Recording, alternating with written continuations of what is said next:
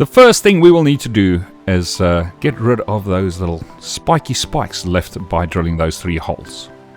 File guide that I've just made, I've just clamped it up. Always try to clamp it up, get your hands free. I want to line the jaw of the file guide up to the outer edge of that hole there and the outer edge of that hole there, or the line. You're going to use this center line to make sure that you are actually parallel to that center line. Happiness? Well, it should be. Okay, so if I've got it right there, you can see that this center line is not perfectly parallel. So there and here is where we want those things to line up. Right.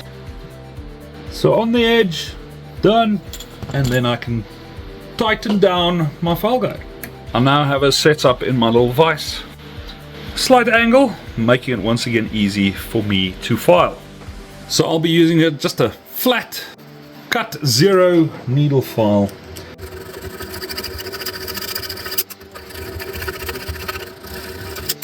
Maybe let's try a sharper file. What have I got here? That is a barrette, which is just a fancy triangle. So a barrette file, let's quickly talk about that. Barrette, it's got angle at the back, but it's got grit at the bottom. So very nice. So if I compare filing with this one being just flat, it bends as I'm filing. A barrette, it is stable. With that triangle at the top, you get a much more stiffer file. I generally like these for getting surfaces really nice and flat. So what I want to do is I want to file until I hit my file guide.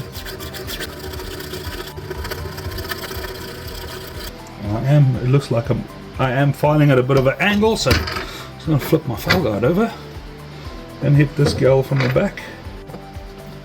And what does that mean? Well, that was me explaining something to one of my students, so don't worry about that.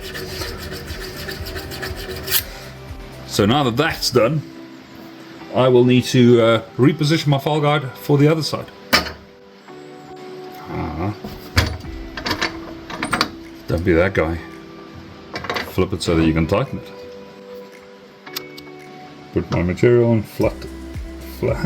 Wrong way. Come on, man. I think I need some coffee. As soon as I'm almost there, I'm going to put a thumb up and I am just going to tighten. I'll just nip them down. Right. Adds a bit of friction and lets me just get that in there. It was just slightly tighter. Good with that.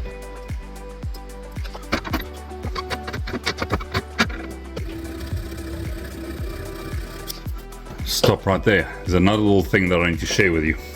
You could also just use one of these guys, carbide burr, fit it to your flexi shaft. The code for this specific guy is that there.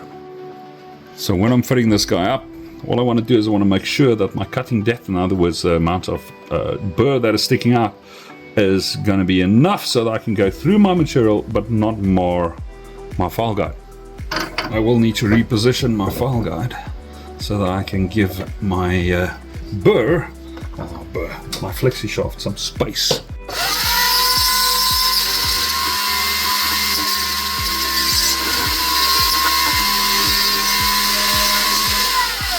So that removes the bulk of the material, and then I can go into my file and just lightly clean up. And what I now have is that there. Nice and cleaned up.